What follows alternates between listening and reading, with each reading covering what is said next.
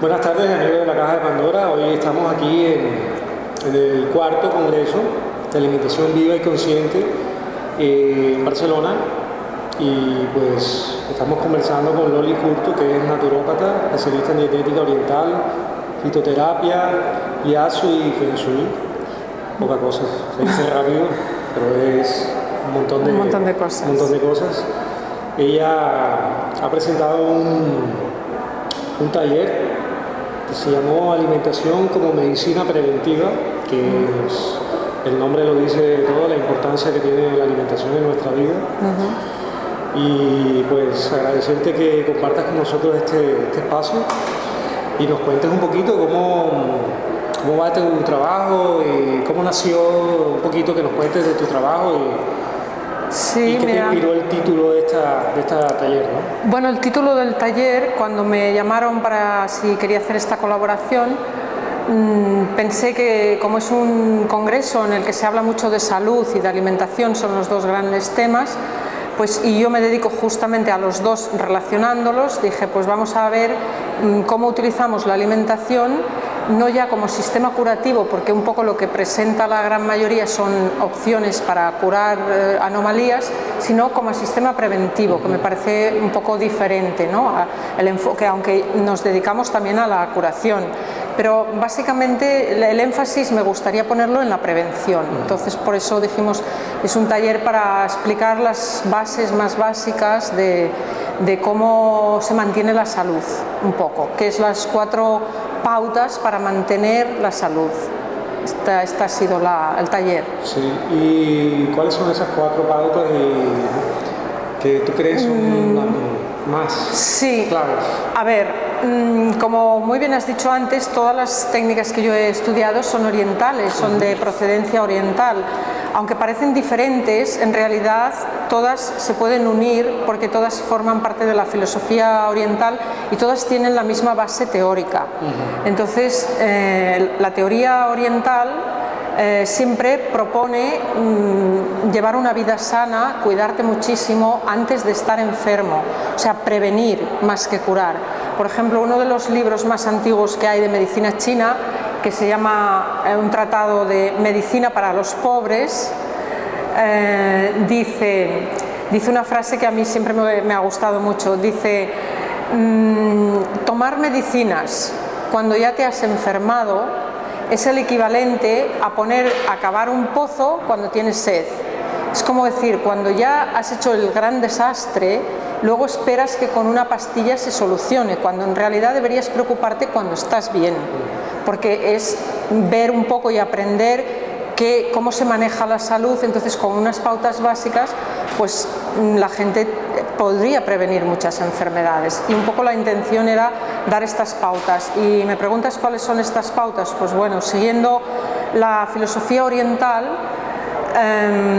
que está basada en la ley del equilibrio, yin y yang, pues he puesto, o sea, hacemos una comparación una comparación con nuestra cultura occidental y ponemos el yin y el yang como ácido y alcalino. O sea, el yin y el yang oriental, aunque son conceptos muy amplios y muy abstractos que abarcan muchas otras ciencias, en realidad en nuestra cultura en el cuerpo físico es el ácido y el alcalino. Entonces, como ahora se está poniendo un poquito de moda ese tema, que ya está bien porque es un tema de toda la vida, de miles de años, porque el pH ha existido siempre, pero ahora parece como que la gente habla del pH, de la alcalinidad, de la dieta alcalina y tal. Bueno, pues aprovechando que hay un poquito más de información y que la gente está más sensible a estos conceptos, pues he introducido la relación que hay entre yin y yang, ácido alcalino. Esto es lo que hemos introducido. Esta es la base de la salud. Realmente cuando nosotros le llamamos aquí, porque somos más concretos, pH, que significa como una fórmula, una medida centesimal que va de 0 a 14, y cuando estamos en el equilibrio tenemos el 7.3 o el 7.4, ¿no? Ese es el punto de equilibrio. Eso en la filosofía oriental o en la medicina macrobiótica decimos el equilibrio entre yin y yang, que es lo mismo. ¿Cómo podemos saber si nos vamos a enfermar? Pues por el exceso de acidez en nuestro cuerpo, y esto se marca y se refleja en el pH.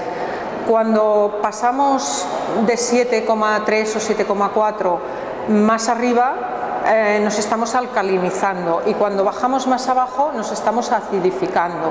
Entonces, en la medida que tenemos una analítica o nos sentimos un poco mal o tenemos alguna anomalía, o simplemente por curiosidad nos hacemos una analítica y vemos dónde está nuestro pH, pues eso nos da una indicación de si estamos más ácidos o más alcalinos, y eso nos puede ayudar a buscar una dieta que se ajuste más a esa necesidad. Por ahí un poquito, sintetizando mucho esta teoría. O sea que también demasiado alcalino es... Demasiado alcalino, mira, hablando de números, porque aquí en nuestra cultura entendemos mucho mejor los números que los conceptos abstractos, ¿no?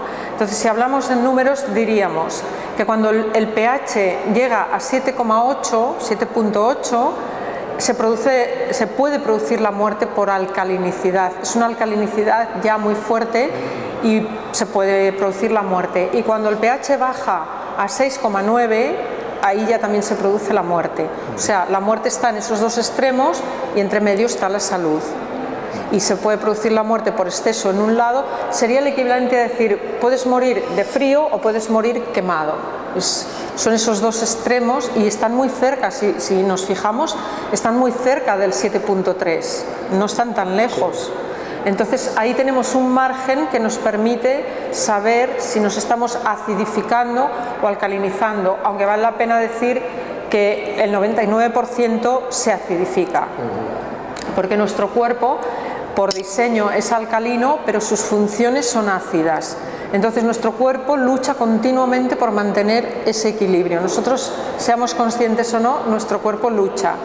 Y en esa lucha es donde nosotros deberíamos ayudar al cuerpo. Y ahí pues tenemos que saber si estamos tomando alimentos demasiado ácidos, se está produciendo una acidosis metabólica y eso nos conduce a que nuestro cuerpo no aprovecha bien esas sustancias, con lo cual la acidez aumenta siempre y la célula pues muere en esos extremos por falta de oxígeno. Entonces, bueno, parece muy abstracto hablar de yin y de yang, pero cuando hablamos de pH es como mucho más fácil, por eso hemos introducido esta nueva forma de comparación. Se entiende muy bien, ¿eh? Se entiende muy bien, sí. Todo el mundo lo ha entendido. Sí. Sí. Y ya como tienes una larga experiencia en este trabajo, cuéntanos un poco así de manera sencilla, cómo enfocar una buena alimentación, de dónde podemos rescatar, en qué alimentos podemos encontrar un equilibrio, cuáles son las fallas que más cometemos, por ejemplo. Sí, mira, el error más grande que cometemos es que no tenemos en cuenta cómo funciona la digestión. La digestión que se produce en nuestro estómago debería tener tiene por naturaleza, y nosotros deberíamos saberlo mantener, un medio cálido, o sea, se genera calor, y húmedo. O sea, se dice también, en la antigüedad se le decía el caldero hirviendo, porque ahí se cuece todo. Entonces, ¿qué sucede? Que con esa temperatura las enzimas se activan y con esa humedad pues se hidratan las sustancias de los tejidos y se forma la humedad que segregan los jugos gástricos, se forma el bolo que hace que nosotros podamos asimilar esas sustancias. Al momento que, o sea, una cosa es las sustancias que tiene un alimento y otra muy diferente es cuando ese alimento ya pasó al estómago, ahí se transforman. Entonces, ¿qué es lo que las transforma? Las enzimas o los enzimas que acuden ahí y ayudan a que se digieran las proteínas o los almidones. Una cosa interesante que deberíamos tener en cuenta es que para cada sustancia hay unas enzimas diferentes y, por ejemplo, y esto es importantísimo, las proteínas se digieren en un medio ácido, o sea, nuestro estómago segrega enzimas de tipo ácido para poder asimilar la proteína, pero los almidones segregan enzimas alcalinas, con lo cual cuando comemos almidones con proteínas, la digestión siempre es nefasta. porque nuestro estómago o nuestro organismo, porque el que segrega las enzimas es nuestro bazo, no reconoce cuál de las dos tiene que segregar.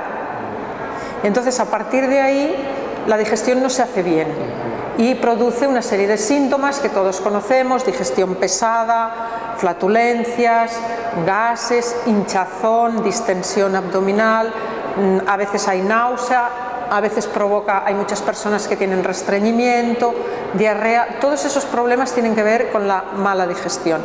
Entonces, solo teniendo en cuenta normas sencillitas y buscar proteínas de fácil asimilación, porque la proteína, por ejemplo, de la carne necesita un medio ácido, pero también es una proteína que cuesta mucho más de digerir. A lo mejor una proteína vegetal nos podemos permitir combinarla con algún almidón porque es una proteína más simple, si nuestro sistema digestivo está bien. ¿Qué significa esto? Que para que nuestro digestivo conserve este medio caliente y húmedo, no debemos despilfarrar esta energía. Cuando comemos alimentos crudos, entonces nuestro estómago tiene que aumentar muchísimo la temperatura para poder digerirlos y nos roba parte de esa energía digestiva, con lo cual vamos debilitando el sistema digestivo. Esto más o menos. O sea, teniendo en cuenta esto, ¿tú no recomiendas llevar una dieta cruda como a 100% como hay algunas personas? No, no 100%. Yo la hice hace muchos años porque soy investigadora. Antes que nada soy investigadora. Yo lo pruebo todo y lo estudio y lo hago mucho tiempo hasta que voy estudiando. Yo estudio en mi cuerpo y luego en el de las demás personas, porque cuando yo creo en una cosa, pues la recomiendo y luego voy viendo los resultados. Yo practiqué mucho tiempo un tipo de alimentación cruda muy bien organizada, que la verdad que me fue bien, pero ¿qué sucedió? Que viviendo en un clima frío de invierno, ¿qué sucede? Este calor digestivo se agota. Entonces, cuando no tienes nada de calor en tu cuerpo para digerir los alimentos, no lo digieres. Y cuando te llega ese frío del invierno, por ejemplo, en Vic, que yo vengo de Vic, y en invierno ahí estás bajo cero y te tienes que comer una ensalada que estás temblando de frío, ahí te das cuenta que eso no es correcto. Luego con los años he aprendido más a comprender esa situación. ¿Eso apetece una sopita en invierno? Claro, en invierno apetece una sopa caliente de legumbres porque eso produce calor y en cambio una fruta produce frío. Entonces las frutas, por eso la naturaleza nos las da en un clima tropical para bajarnos la temperatura, porque el clima tropical te sube mucho la temperatura, se suda mucho, se pierde mucho potasio, entonces las frutas compensan el potasio y el agua. Pero en un clima frío tenemos que comer alimentos que generen calor. Por eso una dieta 100% cruda no la recomiendo, no solo por esta razón. También hay más, hay muchas, pero vamos a dar las más importantes. Por ejemplo, la fibra cruda no se digiere nunca. El estómago no está preparado para digerir las fibras crudas. Se dice que son insolubles, se tienen que disolver, pero hay muchas que son insolubles. Cuando los alimentos se cocinan, entonces las fibras se vuelven asimilables y producen el tránsito intestinal, la peristalsis, que es el movimiento del intestino. Si estas fibras, al ser crudas, no se asimilan, pasan directamente al intestino sin ser absolutamente asimiladas para nada, y entonces ahí se producen las fermentaciones que provocan también una serie de desajustes. Entonces, ¿por qué nos interesa el crudo? Simplemente porque tiene más vitaminas. Pero estas vitaminas en la alimentación macrobiótica, que somos muy cuidadosos porque la macrobiótica estudia la salud, la cocción de los alimentos, la selección de los alimentos, la energía de los alimentos, las sustancias de los alimentos. O sea, hay un gran conocimiento de cada alimento. Entonces tenemos muchísimo cuidado en cómo cocinamos. Por eso con la cocina macrobiótica la gente dice, es que es muy complicado porque escaldamos una verdura. Yo a veces, por ejemplo, hoy he traído unas zanahorias aquí para comer untadas con aguacate y eran escaldadas medio minuto. ¿Eso qué significa? Significa que ya tienen calor, que no nos van a robar nuestra energía, nuestro estómago las puede digerir y mantienen las sustancias crudas y nuestras enzimas se activan, porque también hay que decir que las enzimas digestivas se activan con temperatura. También es necesario puntualizar que con demasiada temperatura mueren. Por eso hay una temperatura que es hasta los 100 grados, las enzimas viven perfectamente. O sea que ese mito sí. Que se dice ahora que encima de 40 o encima de 80 se pierden. Algunas se pierden. Pero también recomiendo comer algo crudo, por ejemplo, en la merienda. Fruto seco. O fruta, simplemente alguna fruta que sea más alcalina. El tema más interesante es comprender desde qué punto partimos cada uno de nosotros. Si tú estás muy sano, tienes mucho fuego digestivo, te puedes permitir comer unos meses crudo porque a lo mejor te hace una limpieza o te cambia la forma de ver la vida, porque los alimentos cambian los pensamientos también, tienen una influencia directa. Entonces te lo puedes permitir y no pasa nada, o te quieres adelgazar o lo puedes permitir. Pero siempre podemos experimentar, las personas que comen crudo, que inmediatamente después de comer se experimenta frío en los pies y en las manos y como que tienes poca energía. Por eso aquí, no sé, en España se toma mucho café, porque después de comer la gente no tiene energía, no puede tirar, y para continuar trabajando pues tienen que tomar un estimulante. Entonces, ¿por qué se produce este frío en los pies, en las manos? ¿Por qué te quedas sin energía? Porque todo el calor del cuerpo se va al estómago. Entonces, si tú no le aportas calor de nuevo a ese estómago a través de la alimentación, no tomas alimentos que calientan tu estómago, pues lo vas debilitando, te vas quedando sin él, hasta que llega un día que no digieres y que dices, no sé qué me pasa. Yo he tratado personas que no podían digerir nada, que son las típicas alergias alimentarias, que hoy día vas a un médico y te dice, no, es que tú tienes alergia a esto, intolerancia a aquello.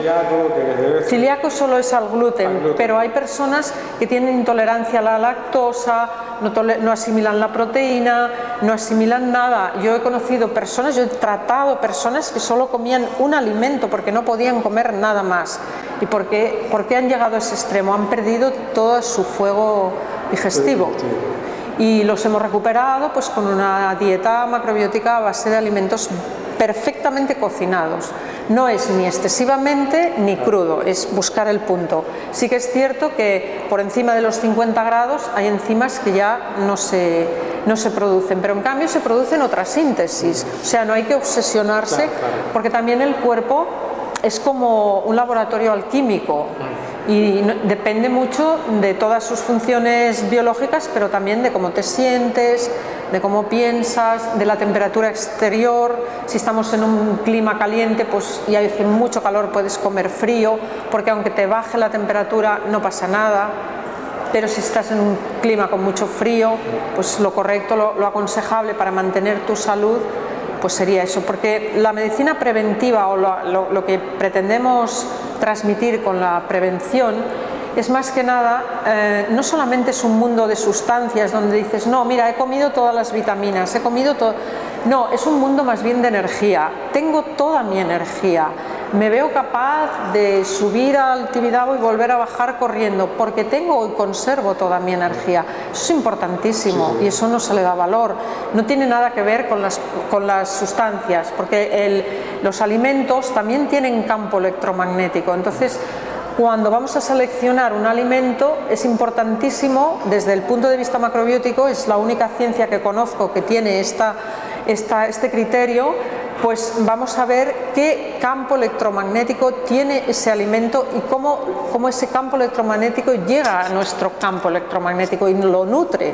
O sea, nosotros no somos solo las funciones fisiológicas, también tenemos muchos circuitos energéticos en nuestro cuerpo que hay que nutrir. De hecho, esto que estoy diciendo lo demuestra la acupuntura, porque simplemente pinchando en un punto te demuestra que te puede quitar un dolor, quitar esto, mejorar, acelerar un proceso. ¿Esto qué significa? Pues que tenemos muchos circuitos energéticos y esos circuitos se nutren de energía y esa energía entra a través de los alimentos y de la respiración, son los dos puntos.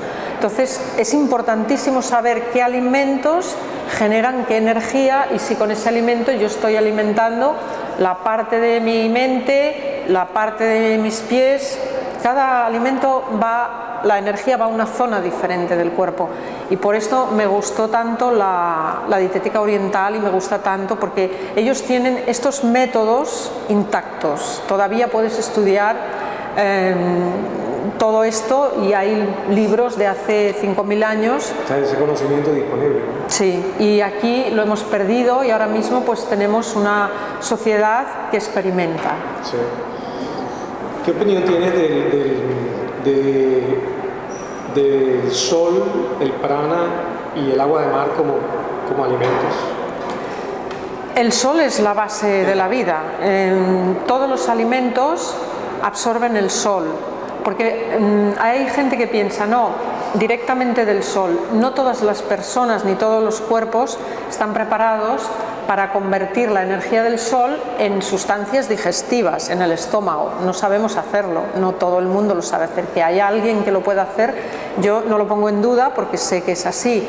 Pero hoy por hoy tenemos que pasar por el digestivo para poder asimilar. Entonces, la energía del sol, los alimentos la han sintetizado. Es más, yo digo que los alimentos no son otra cosa que la energía del sol con la energía de la tierra. Es que no son nada más. Eso genera unas sustancias, yin y yang es lo mismo, y eso genera un alimento, yo que sé, una zanahoria, pues es la energía de la tierra con la energía del sol.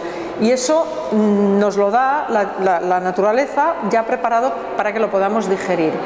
Que cuando esa zanahoria la cocinamos matamos la energía del sol, no es cierto, porque la energía del sol es electromagnética y no la podemos matar con una cocción.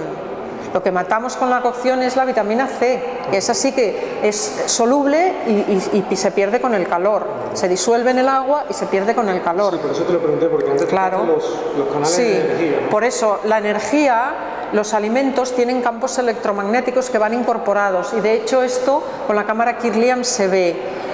Cuando se ve una planta se ve su aura o su campo magnético que está alrededor. Esto está hecho de electricidad. Y esta electricidad alimenta nuestra sangre también, porque una parte de nuestra sangre es física y la otra es eléctrica. Sabemos que hay una palabra que se llama electrolisis. ¿Por qué? Porque hay una parte electromagnética que circula por nuestra sangre. Entonces, ¿qué les diría? ¿Qué opino yo de esto? Pues que a mí la energía del sol me parece imprescindible para la vida, que deberíamos absorberla cada día, cuanta más mejor, pero que, por ejemplo, me parece nefasto que nos dé directo en la cabeza, porque suele alterar mucho el cuerpo, la energía del cuerpo. Por eso nuestros antepasados siempre han usado sombrero para protegerse del sol. El sol en la cabeza es un poco dañino, y más este sol que tenemos ahora, pero en el resto del cuerpo, pues tomar cuanto más sol mejor, incluso directo en los ojos, porque es una forma de que penetra en el cuerpo. Yo, digamos, hago unos ejercicios que aprendí de los chamanes de México, de captar la energía del sol con los ojos, porque una cosa es la energía electromagnética y otra cosa es la energía o la sustancia, son mundos diferentes. El agua de mar me parece perfecta para una persona que esté demasiado ácida y necesite alcalinizarse rápido, es un sistema terapéutico curativo que funciona, pero para una persona que no lo necesite me parece innecesario, porque yo uso sal de mar cada día, entonces uso agua, uso sal de mar, no la necesito. Pero sí que una persona que esté desequilibrada, haya perdido su salud y necesite un poquito recuperarse rápido, perder acidez y alcalinizarse, pues el agua de mar es maravillosa, me parece bien, pero sin hacer abusos tampoco, porque la sal es excesivamente alcalina, es el alimento más alcalino, pero en exceso también. Los excesos tampoco son buenos. En cuanto querías preguntarte algo, ya que tienes bastante conocimiento, y aparte a nivel personal, como diseño, nosotros como diseño físico, biológico, y ya que está muy de moda ahora el tema del veganismo, y aparte de la nueva conciencia esta que se está despertando con los animales, ¿cómo ves tú el consumo de carne animal? Bueno, yo soy una practicante del veganismo, 20 años estricta practicante, y ahora vine a vivir a la ciudad, me convertí, porque durante estos años yo no tenía ninguna necesidad de consumir alimento animal, pero vine a vivir a la ciudad y por mi trabajo tenía que comer prácticamente cada día en el restaurante y esto me hizo cambiar, introducir pescado, carne no, pero sí pescado. Yo creo totalmente en el vegetarianismo, pero en el vegetarianismo que tenga unas bases ordenadas, organizado, porque simplemente comer vegetales, por ejemplo, el vegetarianismo, ¿dónde está digamos, entre comillas, el problema, si me lo permites? Está en que no hay una fuente concentrada de proteínas. Por ejemplo, yo en mi experiencia considero que los hombres no son lo mismo, el metabolismo de los hombres y mujeres es diferente. Los hombres deberían consumir, aunque solo sea una vez en el año, proteína animal, porque esto ayuda a su metabolismo muchísimo. Es lo que yo hago, una o dos veces al año. Una o dos, no sé. Cuando digo una me refiero que pueden ser dos, pueden ser cuatro, no es importante, pero para los muy estrictos como mínimo una, porque eso sería como una homeopatía para su cuerpo. Claro, y te pregunto, sí, ya que lo dice, porque yo, como la forma como alimentos como macrobiótica y me imagino que muchas personas también, y tendiendo al veganismo, siento como una o un par de veces al año esa necesidad de ese buen pescado. Está muy bien, claro. Eso es correcto. Entonces, tu cuerpo te habla. Claro, me preguntaba yo, ¿sí será eficiente o tendrá alguna...? Sí, es perfecto que lo hagas, es medicinal. Es como decir, pues una vez al año me hago una limpieza de colon, una vez al año me hago un ayuno y limpio mi hígado, eso es lo mismo. Entonces, los hombres tenéis otro sistema para metabolizar la proteína y vuestro organismo necesita más proteína y más proteína completa, que proteína completa prácticamente es la carne, ¿no? O el pescado. Entonces, el organismo masculino necesita más de esa proteína. Entonces, el cuerpo la pide y se le da. A mí, por ejemplo, no me la pide y después de tantos años que no la tomé, pues tenía mucho rechazo. Yo tuve que hacer un esfuerzo para introducir el pescado, pero ahora estoy cómoda porque lo como como si fuera un vegetal, lo trato como si fuera un vegetal y ya está. Como muy poquito, una porción, y con esa proteína yo pude sobrevivir 15 años en la ciudad comiendo en los restaurantes por esta razón. Pero si no, yo soy partidaria de la dieta vegetariana. ¿Por qué? Bueno, hay varias razones, pero la vibracional, la emocional con la que yo más me identifiqué y por la que yo me hice vegetariana y que quizá compartamos muchos, es porque precisamente la macrobiótica te enseña que cada alimento te produce una emoción y un pensamiento, porque el pensamiento reacciona a la emoción. Entonces, comer alimentos de animales que han sido maltratados, que han sido matados de forma violenta, que han sufrido miedo, terrible miedo en el momento de la muerte. Que han sufrido siempre. Y que han sufrido siempre, pero sobre todo en el momento de la muerte, porque los matan de forma muy agresiva. Esto pasa a tu cuerpo y aunque tú no eres consciente, tu subconsciente te produce pensamientos de miedo, pensamientos de inseguridad, tienes pesadillas, tienes agresividad, tienes una serie de pensamientos negativos que cuando no comes carne no los tienes, porque yo no digo que no te enfades, yo muchas veces me enfado mucho y bueno, me apasiono con las cosas y me enfado mucho, pero no puedo llegar luego a odiar. A veces dices, me gustaría ser peor porque parece que todo el mundo...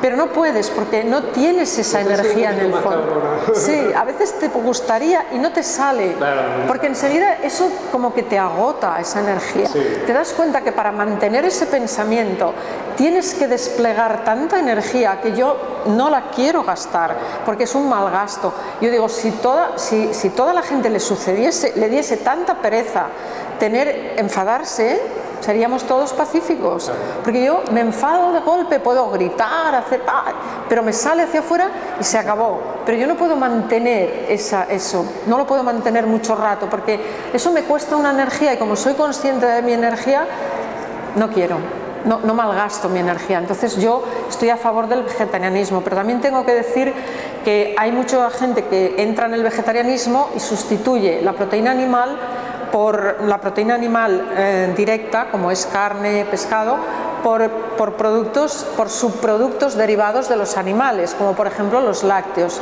Y tengo que reconocer que para la salud son infinitamente peores los lácteos que el pescado. Yo por eso introduje el pescado. Podía haber introducido los lácteos, pero son nefastos, repercuten de forma nefasta en la salud. Entonces, muchísimo mejor el pescado. Es una proteína que se asimila bien, no deja apenas residuo. Ya sé que mucha gente piensa que el pescado está contaminado, también es cierto, pero hay que procurar buscar un pescado tal y después tomamos nuestras clorofilas, nuestros aportes que limpian y que compensan, nuestras algas, todo esto. Siempre es una compensación y luego no obsesionarse demasiado también. Otra cosa que te pregunto es sobre las cantidades, claro, porque no es solo lo que comemos, sino qué cantidad, cómo lo comemos. La energía que le ponemos a esa preparación de esos alimentos, sí. Damos la intención, la energía, el amor, como también las cantidades. He notado que, por lo menos en mi caso y en muchas personas que conozco y a través de muchas entrevistas, que las cantidades al tener una alimentación más eficiente se reducen las cantidades. Sí, porque no necesitas tanto. O sea, lo que hablábamos al inicio de la conversación entre el ácido y el alcalino, pues ahora vamos a volver ahí para verlo con más claridad. Cuando nuestro cuerpo se acidifica, toda la sangre se acidifica, las células se acidifican y esto nos consume mucha energía porque no está teniendo la energía que necesita. Entonces esto nos da mucha hambre. Con todos los síntomas que hemos nombrado antes de la acidez también se pone el comer en exceso. Comer en exceso es un síntoma de acidez. Entonces, ¿esto cómo lo podemos compensar? Comiendo alimentos más nutritivos. Por ejemplo, un ejemplo concreto, ¿no? Más así para distensionar un poco tanta explicación técnica. Una persona de la que he hablado antes, que solo comía una sustancia, porque ya no admitía su estómago, tenía intolerancia al 90% de sustancias, pues esta persona yo le cambié la dieta y le di un desayuno que consiste, los macrobióticos tomamos cremas de cereales por la mañana, que son el cereal en grano, más cocinado un poco más de la cuenta para que quede cremoso, y le añadimos alguna verdura dulce como calabaza o como chiribía o cebolla. Vale, yo le di una crema de mijo y quinoa con calabaza, cebolla. Es la que yo hago. Vale, pues entonces tú lo estás haciendo muy bien. Entonces esta persona empezó a comer así, empezó a mejorar y empezó a comer cada vez más, y era gracioso. Dos anécdotas, ¿no? Porque un día le digo, te voy a cambiar el desayuno, porque llevaba un año comiendo lo mismo y a mí me daba un poquito de pena, porque yo soy de cambiar. Claro, para que no se aburra. Para que no se aburra. Y este hombre estaba como castigado a comer, era un hombre siempre lo mismo. Y me dice, no, por nada del mundo voy a cambiar este desayuno.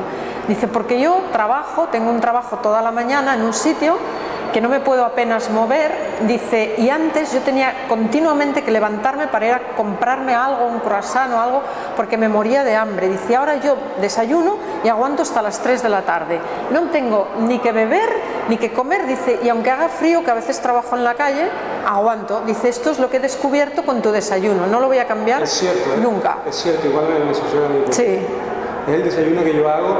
Y estás bien todo el día, claro, porque el desayuno es importante. Claro.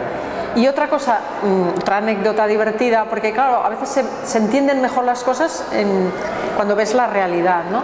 Pues este hombre me dice, estoy mucho mejor, Loli. Dice, un día pues comí canalones, no te lo había dicho, pero me sentaron perfecto.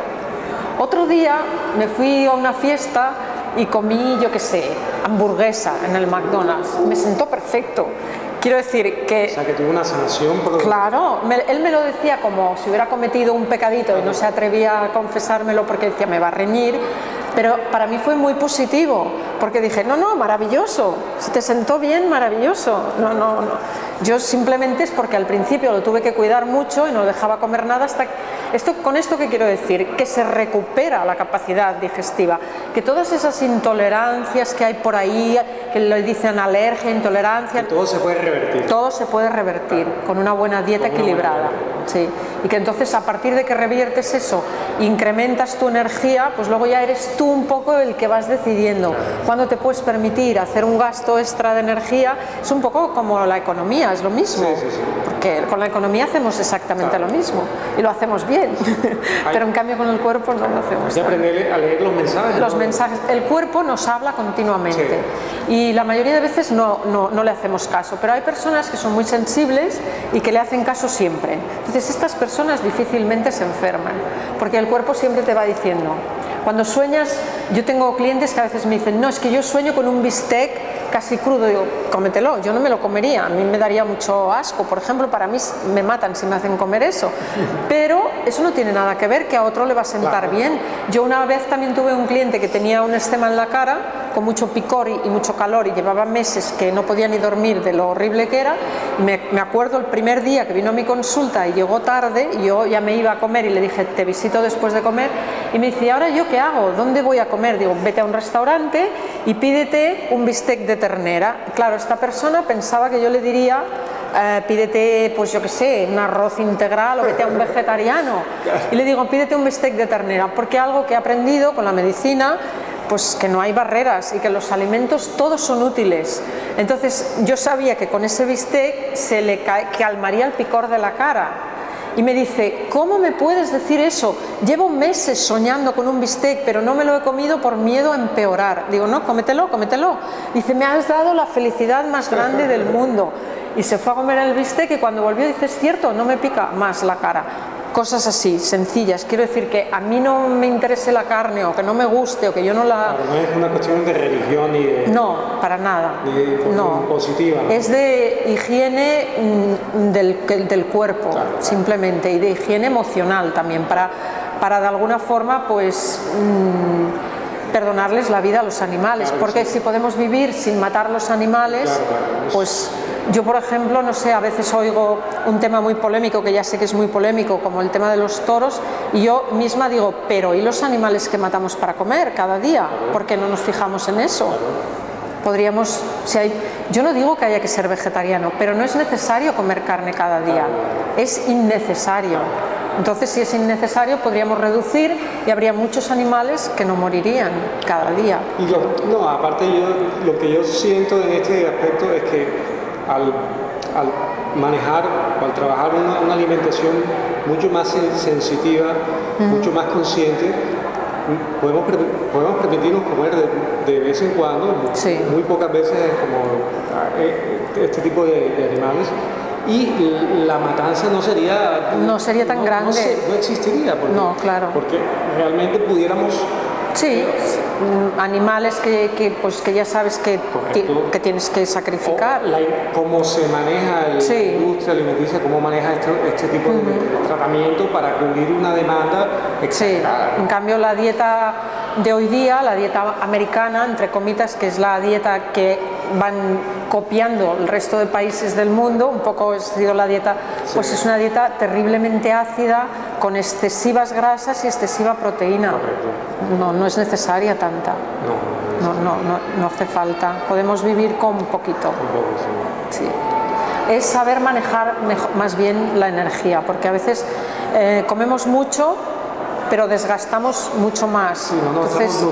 No nos estamos nutriendo porque no asimilamos por el proceso de la digestión. En cambio, si comemos alimentos que aportan mucha energía, pues con poquito ya está. Una pregunta última que te quiero hacer el alcohol. ¿Qué papel juega el alcohol en la salud? El alcohol, todos los azúcares que nosotros comemos, todos los carbohidratos, azúcares que tomamos o los carbohidratos que se transforman en azúcares producen alcohol, se producen fermentaciones alcohólicas. De hecho, nosotros fabricamos muchos tipos de alcohol. Por ejemplo, en nuestro estómago, para hacer la digestión, se genera alcohol. Y un dato también importante es tener en cuenta que solo con un 0,003% de ese alcohol ya no se generan enzimas. Entonces, por eso no hay que comer mezclado con los alimentos azúcares, porque generan alcohol. Entonces, el alcohol es algo natural.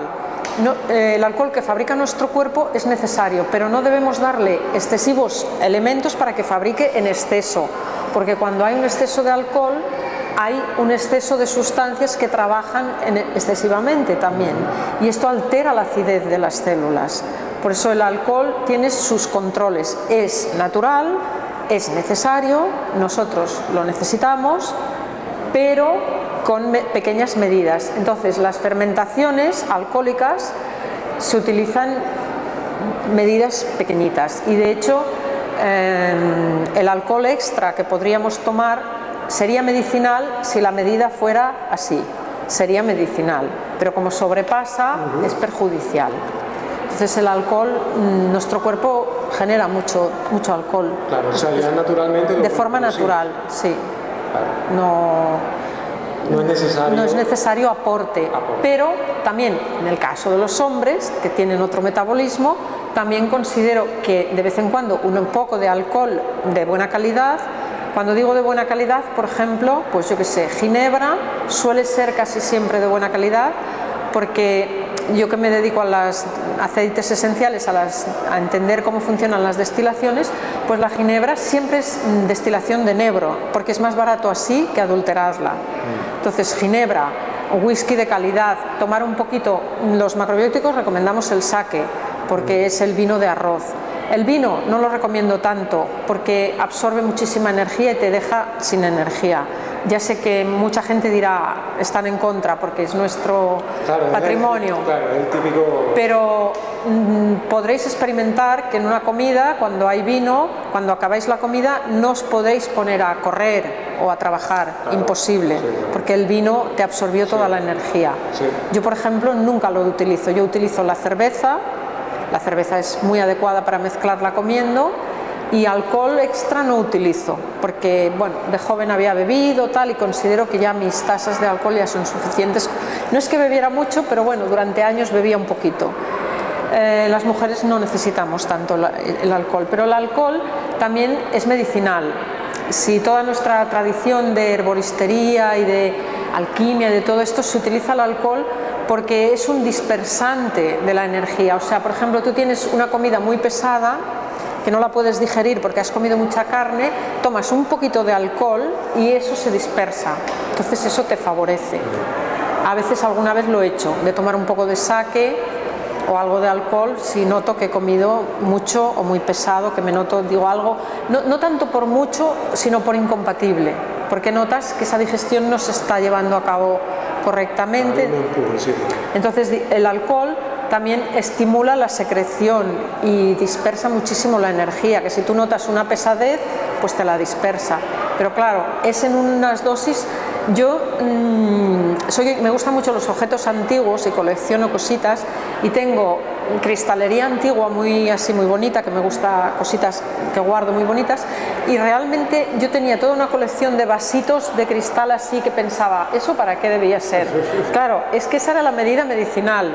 Antiguamente, cuando se iba a una casa, pues la hospitalidad, todas las normas de cortesía, todo eso que hoy día ya no se cultiva, pues te ofrecían asiento y te ofrecían algo medicinal, que eran vinos de hierbas que se preparaban, que aún se siguen preparando. Aquí en Cataluña tenemos la ratafía, la absenta, tenemos varios, que son todos muy buenos para la salud. Bueno, pues te ofrecían esto porque era una forma de entrar en comunicación y de desearte salud y de compartir y mejorar tu salud.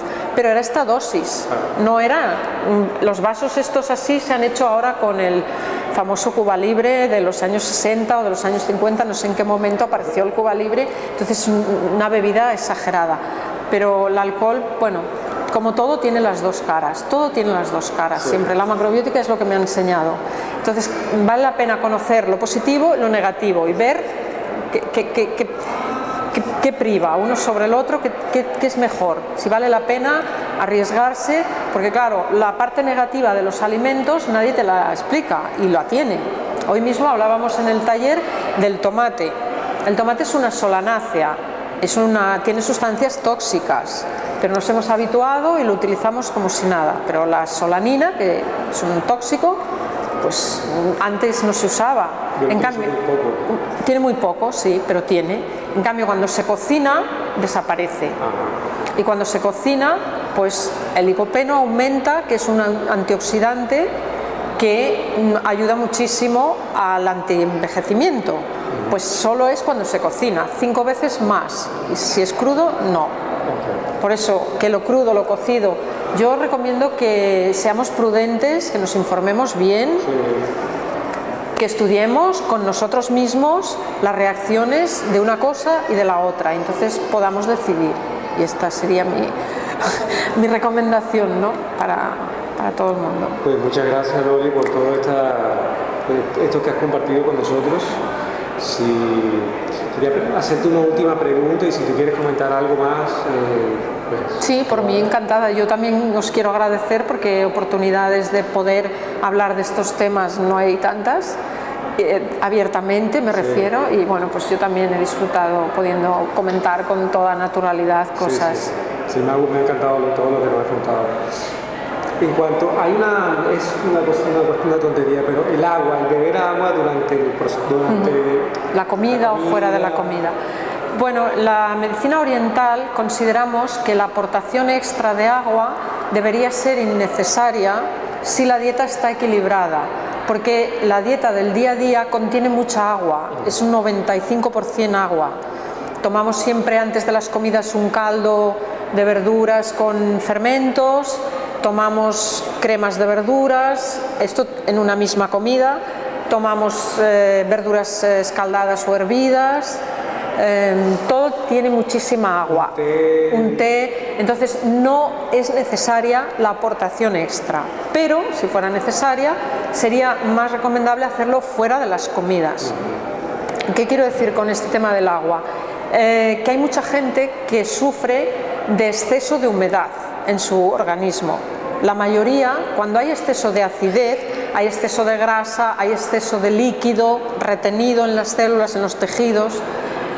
Claro, si tenemos un exceso de líquido, que es mucha gente lo retiene, pues entonces es contraproducente tomar más líquido, es como absurdo, ¿no? Tenemos que sacar todo ese líquido. Tengo esa pregunta porque la última charla que dio Teresa Forcada, médico, yo soy seguidora y simpatizante, muy simpatizante de Teresa. Ella habló sobre este tema del agua, el exceso de agua. El exceso de agua, sí.